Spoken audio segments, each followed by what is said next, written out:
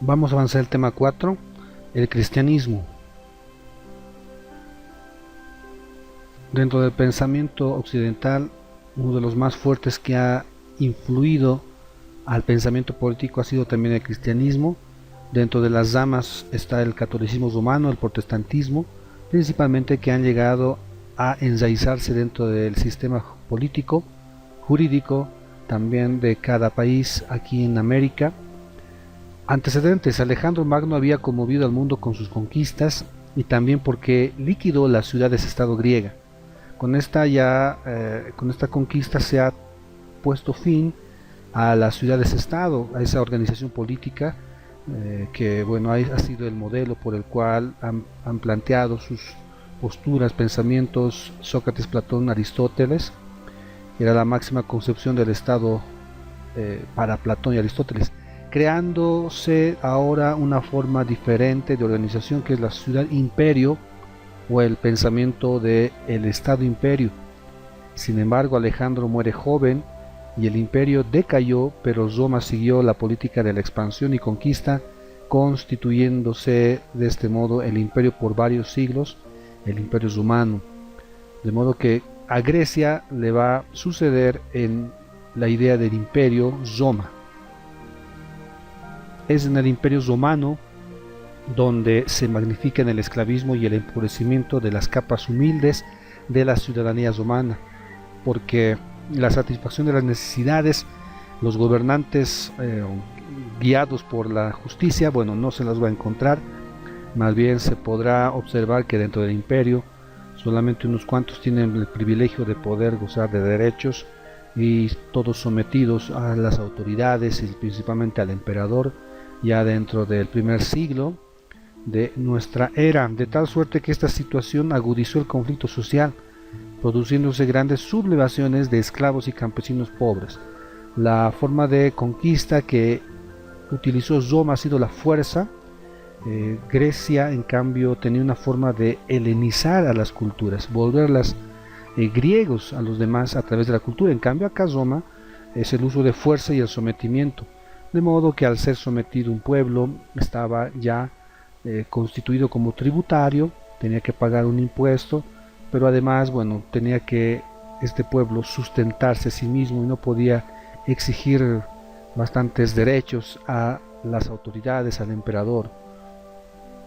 En estas condiciones de extrema pobreza y opresión que penetraron en el pensamiento de esas masas de pobres y esclavos, los mitos orientales que ofrecían la llegada de dioses convertidos en hombres liberarían a los pobres y humildes de su condición.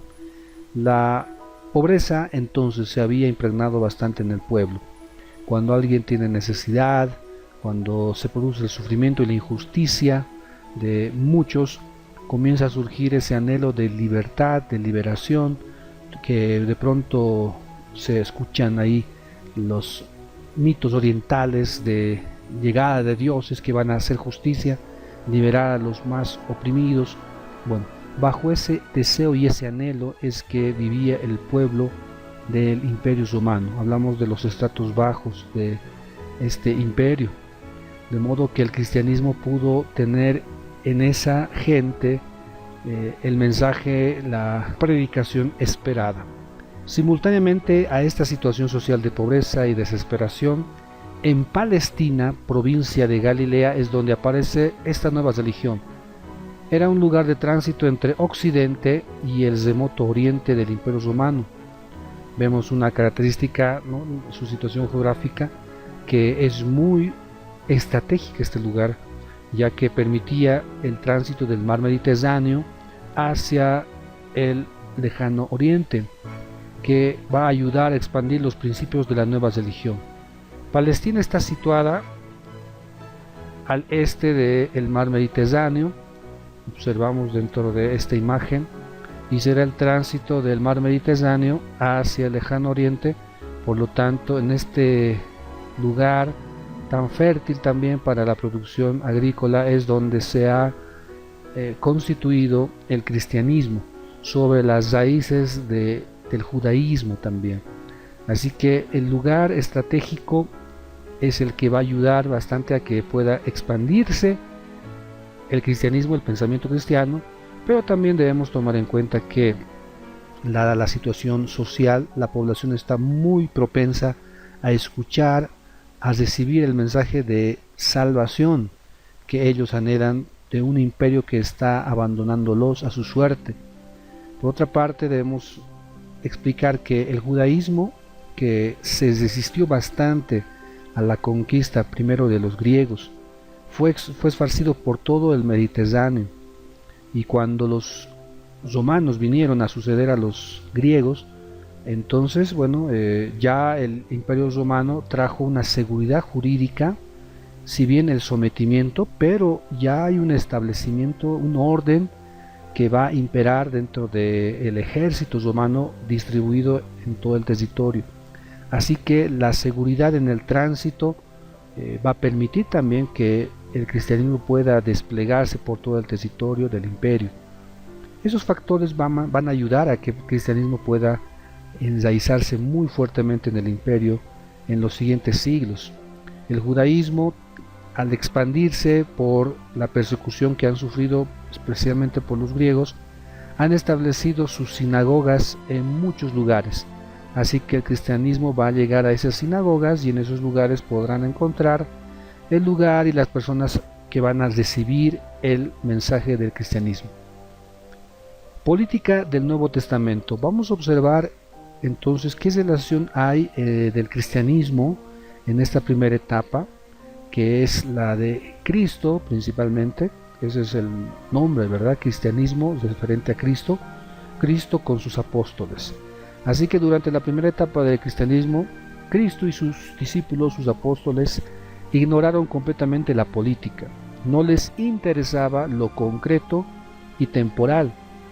Concreto nos referimos a este mundo material, lo temporal considerado así dentro del cristianismo, aquello que va a durar poco, que va a durar lo que dura la vida. En cambio, hay una eternidad en la cual todas las cosas existen por siempre.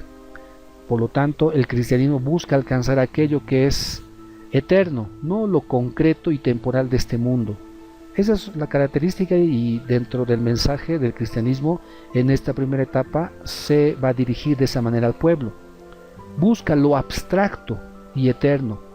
Más bien proclamaban el pronto fin del mundo y el juicio final, donde solo los valores espirituales, estos valores espirituales que son inmateriales, serán compensados.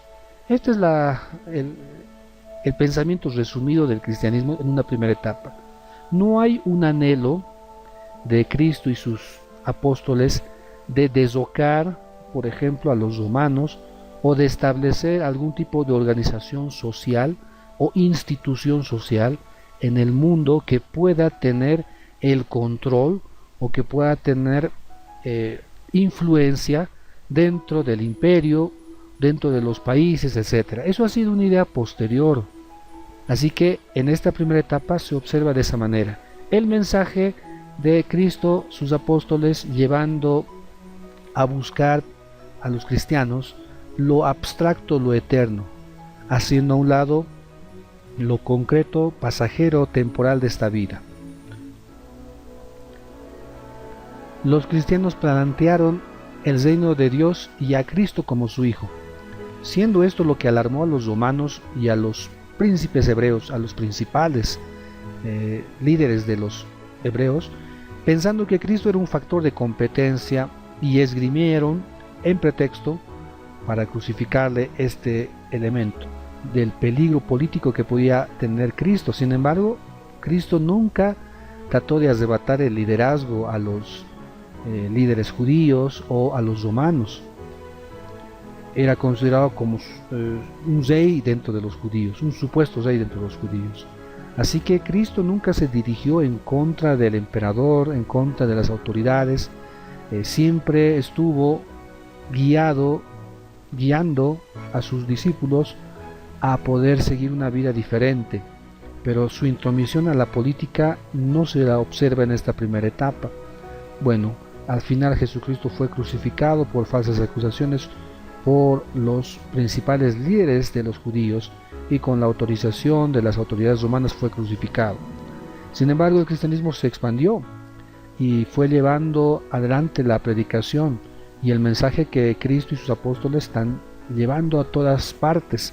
El desprecio de los bienes terrenales, predicada por los apóstoles de crucificado, que vivían en comunidad, llevó a los cristianos, a los primeros cristianos de aquel tiempo, hablamos del primer siglo, que puedan estar en la indigencia y la pobreza. De modo que no se han podido establecer cristianos poderosos en la política o en la riqueza. Principalmente los cristianos se caracterizan por esa vida de renuncia a las cosas temporales. San Pablo, en una segunda etapa después de Cristo ser crucificado, San Pablo fue el gran doctrinario y teólogo, y Antioquía el centro de la expansión hacia el Asia Menor del mensaje del cristianismo, Macedonia, Grecia y a la propia Roma.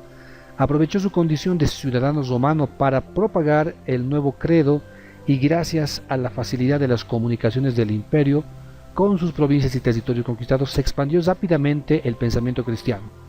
Esta es la etapa en la cual ahora San Pablo, considerado como un misionero de aquel tiempo, lleva el mensaje a toda Asia Menor, a todo el Mediterráneo, llegando incluso hasta Roma mismo. Así que el pensamiento cristiano se está expandiendo. La Iglesia y el Estado. San Pablo escribió, como teólogo de aquel tiempo, acerca del poder político, considerando que los poderes que existen son establecidos por Dios, y que por lo tanto debería haber una sujeción y oración hacia ellos, por parte de todos, y también en la lealtad que hay para el cristiano. Por un lado, a las autoridades dentro de la Iglesia y también a las autoridades políticas. Si vemos una relación entre Iglesia y Estado, el apóstol Pablo aquí, como teólogo, explica que las autoridades son puestas por Dios, así que los cristianos deben estar sometidos, sujetos, reconociendo las autoridades en dos planos: autoridades dentro de lo político y autoridades dentro de la Iglesia. Así que este es el pensamiento de Cristo, sus apóstoles, aquí también corroborando esta misma línea San Pablo. Sin embargo, este pensamiento se va a transformar, va a ser guiado con otros rumbos, posiblemente a intereses que se van a levantar ahí adelante.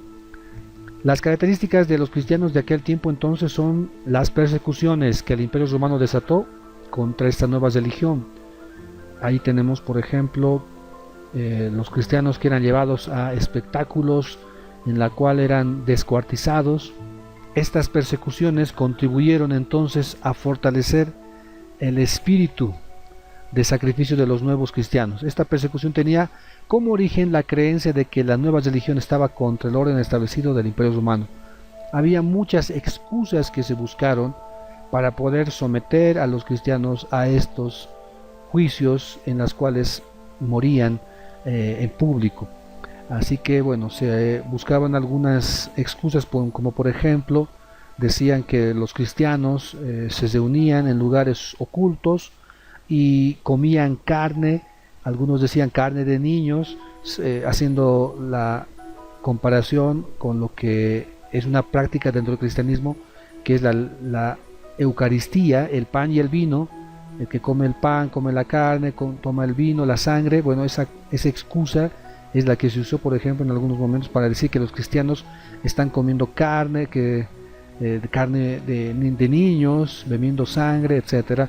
Bueno, las acusaciones que surgían de una sociedad pagana, romana, era muy en desproporción contra los cristianos, que inmediatamente eran llevados a juicios y también condenados.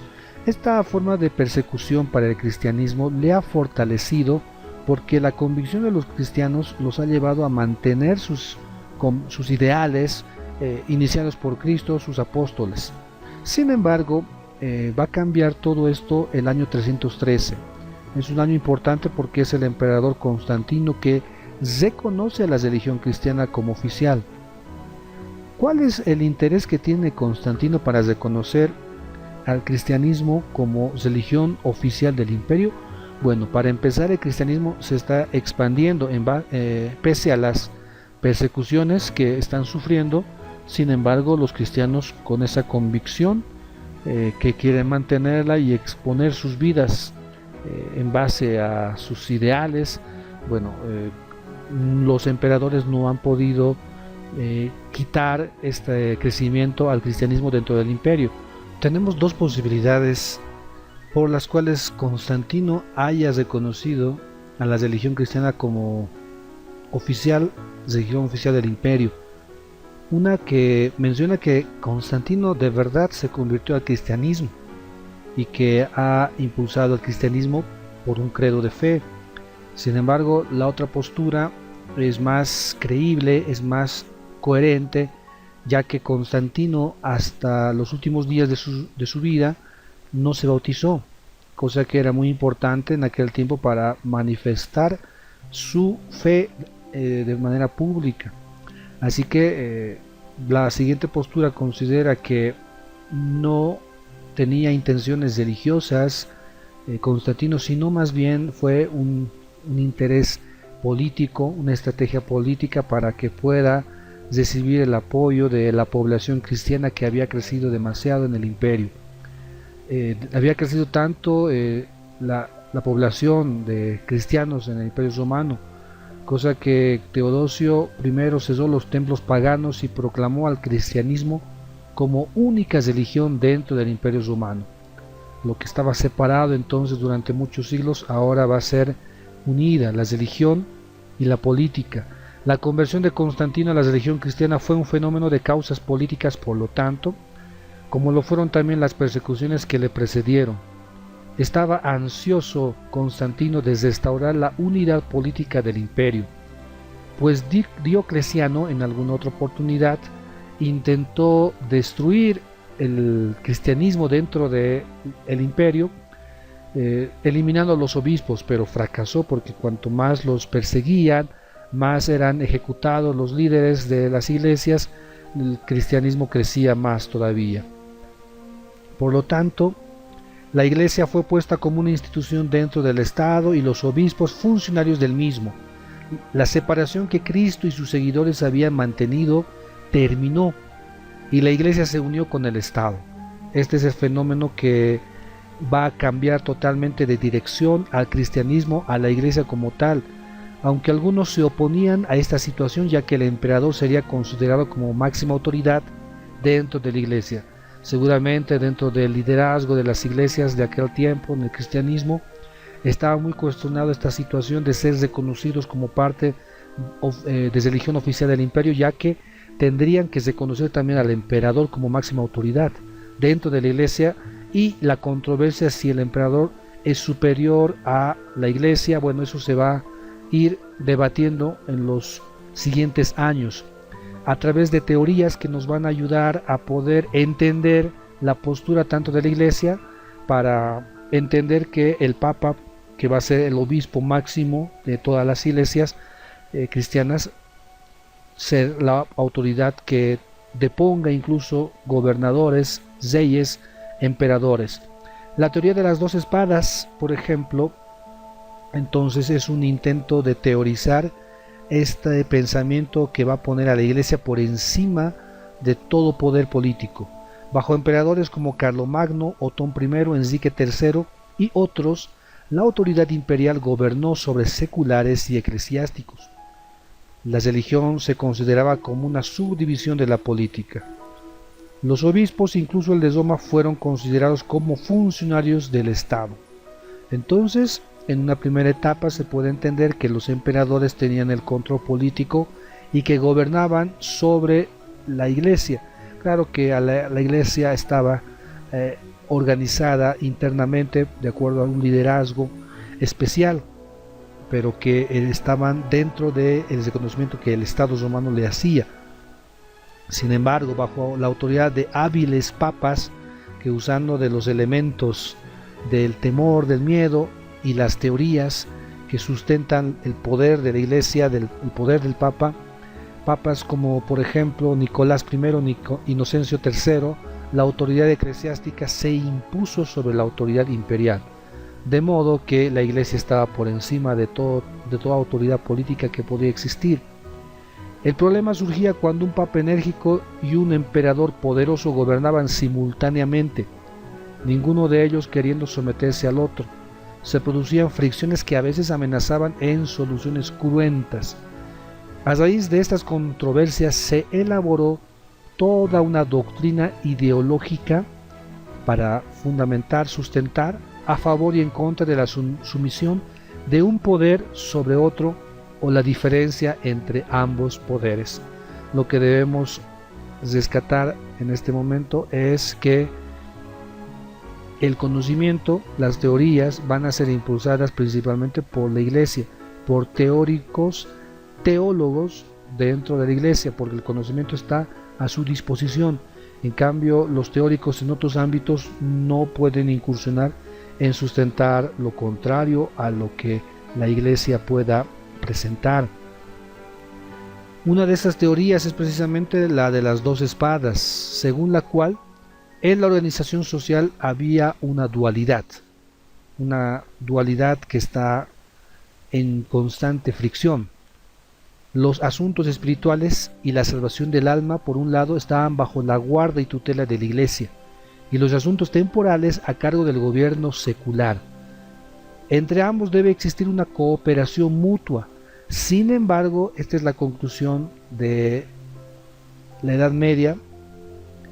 La Iglesia ocupa una posición espiritualmente superior, es decir, la Iglesia, como máxima autoridad del Papa, está por encima del poder político del emperador. Este fundamento va a ser creído por la población de aquel tiempo y va a ser temido también por muchos emperadores y autoridades políticas que van a reconocer a la Iglesia y al Papa como superiores a todo poder político existente. Esta teoría se sustentaba bajo la idea divina según la cual Cristo, al venir a la Iglesia, entregó dos espadas. Esto es lo que menciona la teoría. Estas dos espadas que fue entregada a su vicario, el vicario que es el representante, su ejecutor dentro de este mundo terrenal, que es el obispo máximo de la Iglesia, el Papa. Una espada representaba al gobierno general del mundo en el orden espiritual y la otra al orden temporal. El obispo máximo entregó a su vez una de las espadas, la del gobierno temporal, que entre paréntesis no es muy importante porque es temporal o secular, al gobernante del Estado, que sería el emperador. De este hecho deriva la superioridad del pontífice, del Papa, la máxima autoridad de la Iglesia, sobre el gobernante del Estado. Según esta teoría, entonces, se podía llegar a conclusiones como esta, que el Papa, el pontífice de la Iglesia, es superior a todo otro poder político que pueda existir. ¿Por qué? Porque Cristo le entregó dos espadas, una para gobernar las cosas temporales, el Estado romano, y otra las cosas espirituales. El Papa lo tiene, el que gobierna las cosas espirituales, y el otro, que no es la otra espada, que no es tan importante, les es entregado al gobernante del Estado temporal. Bueno, aquí vemos claramente que las conclusiones van a llevar a que la Iglesia tenga la superioridad sobre el Estado. Dentro de los principales teóricos está San Agustín, también, que desarrolló su obra llamada La ciudad de Dios, Civitas Dei, que es una defensa del cristianismo, acusado de ser el autor del saqueo de Roma del año 410 después de Cristo por los visigodos. En su obra expone la existencia de dos ciudades, la ciudad terrena y la ciudad eterna de Dios, y el hombre participa simultáneamente de ambas. Sin embargo, si a usted le preguntaran a cuál ciudad quiere pertenecer, a la ciudad terrena o a la ciudad de Dios, estoy seguro que casi todos responderíamos que desearíamos ser partícipes de la ciudad eterna de Dios. Así que vemos ahí que la intención es dirigida a demostrar la superioridad, la primacía de la Iglesia. Esta teoría menciona entonces que la coexistencia de estas dos ciudades no es pacífica, así que va a haber una lucha entre el bien y el mal, sino de constante lucha entre los impulsos de la materia, apetitos de la naturaleza humana, que son parte de una ciudad terrenal, y los esfuerzos para alcanzar la paz celestial y la salvación del alma, que es la ciudad de Dios, la ciudad eterna. Una persona entonces, según esta teoría, puede participar de ambas simultáneamente. Ya nace dentro de un ámbito terrenal, pero que ahora puede ser partícipe de lo celestial. Pero para ser partícipe de lo celestial tiene que someterse a la iglesia, y ese es el elemento que va a tener de ventaja a la iglesia para sustentar su superioridad. La ciudad terrena es el retiro de Satán o Luzbel y se encarna en los estados paganos como Babilonia y Roma. En cambio, la ciudad de Dios es el reino de Cristo, la iglesia cristiana. Claramente estamos observando esa dualidad del bien y del mal, de a dónde le gustaría a una persona participar, qué ciudad le gustaría dejar e irse a la otra. Bueno, estamos entendiendo que en aquel tiempo, durante la Edad Media, va a haber un temor que va a adentrarse en lo más profundo en la de las personas, que es el temor a la muerte y al infierno y el juicio de parte de Dios a los pecadores. Así que este elemento va a ser muy delicado para convencer a las personas y someterse a estos lineamientos que la iglesia está trazando. Los imperios paganos son la representación de la ciudad terrena o del diablo, y la iglesia es la representación de Dios en el mundo. Los estados en los que rima el cristianismo son justos, supuestamente, y aquellos que no tienen ninguna relación con la iglesia cristiana son injustos. De aquí vamos a observar que es la razón por la cual muchos estados dentro del siglo XX han reconocido, se han identificado con la religión cristiana o profesando también otras religiones.